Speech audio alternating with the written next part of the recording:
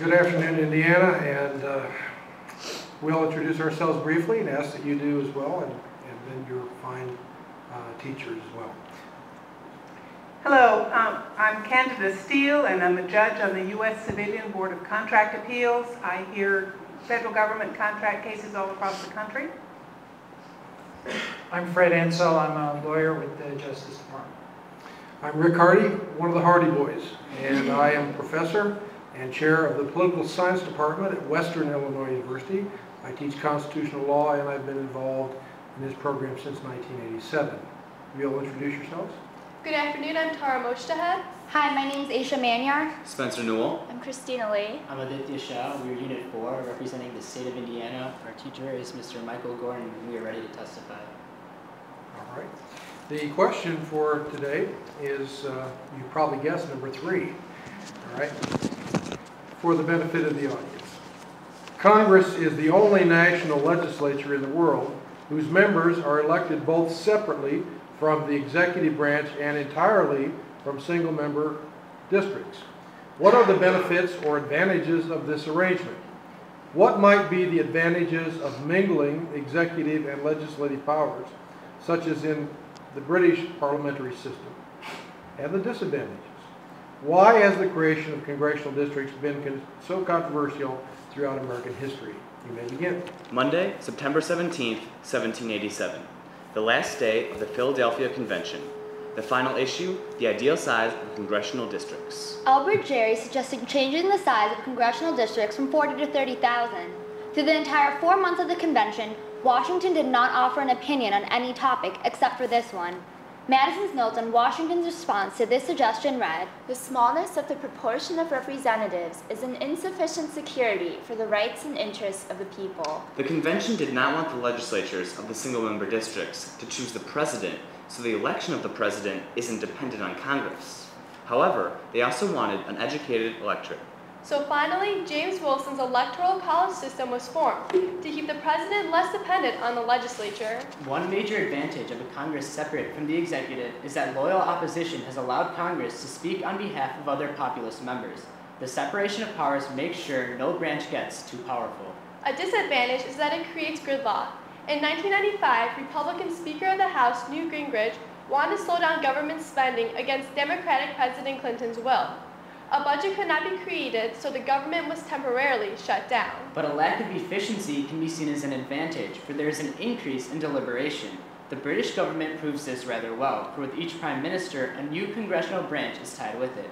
This parallel in party rule almost rules out the shift in party during the midterm elections in the United States system of government. Paul Quirk and Sarah Binder argue in Congress and American Democracy that Congress should be active and responsive, yet independent.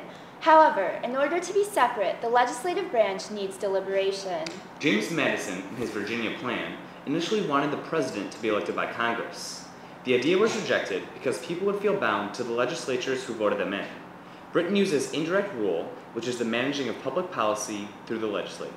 the advantage of Madison's Virginia plan and the parliamentary system is the increased efficiency, which leads to less deliberation in passing legislation. Yale's Bruce Ackerman discusses that the party in power will have full authority, giving their leader too much power as he or she determines when consensus is reached in cabinet, making active disagreement difficult. An advantage is that it's easier to remove a prime minister than president from office.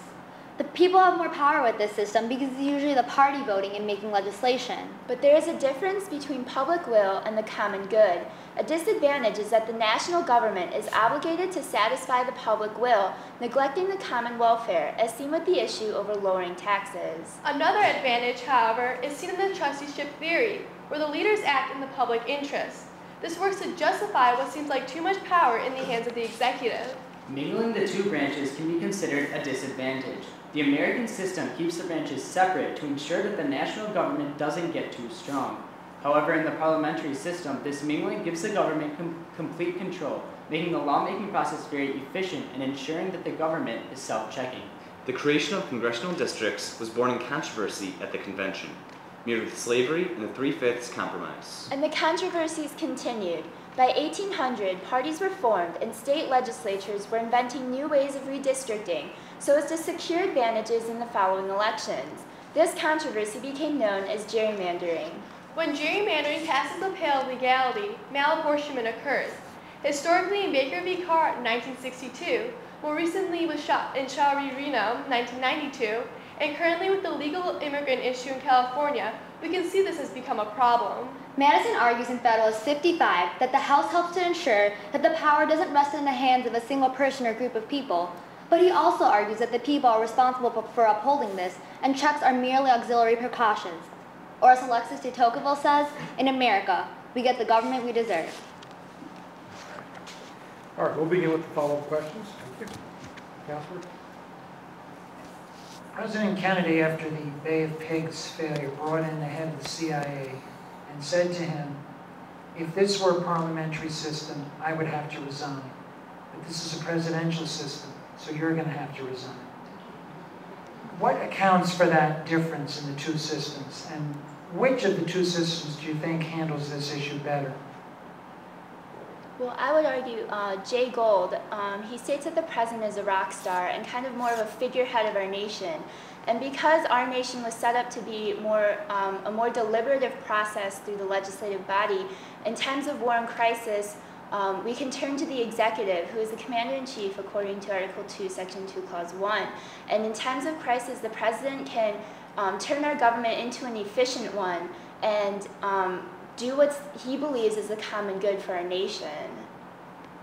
Furthermore, to answer the second part of your question, the system that I think handles this decision better, I believe, is the American system, actually, because in the parliamentary system, as you had stated, the Prime Minister would have been forced to resign. But ultimately, I think that the reason that the American system is different is that the people have more say, and that they have elected this president to do as they want. And I think that ultimately the people in the next election have the obligation to re-elect the president, to elect someone else. So ultimately, I think that just because it's a mistake doesn't mean that the president should ultimately have to resign, but we should leave the decision up to the people, and in the next election they can make that decision.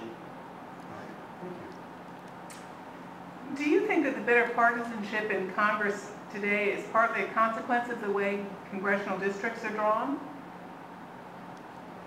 Can you go ahead? Do you want me to repeat it? Yes, please. Do you think that the bitter partisanship that we see in Congress today is partly a consequence of the way congressional districts are drawn? I believe that this is somewhat of a negative effect of this, because historically we can see in a lot of court cases where all the gerrymandering occurs, and different parties use it to their advantage to make sure that they are reelected. This actually shows that the contrast that occurs, such as the court case, there was a court case that the Democratic Party wanted to redistrict, and then the Republican Party was trying to redistrict, and then the Democratic Party felt that this was unconstitutional. And even though the court didn't rule it's unconstitutional, it was still upheld, and the gridlock and the tension was upheld. Yeah.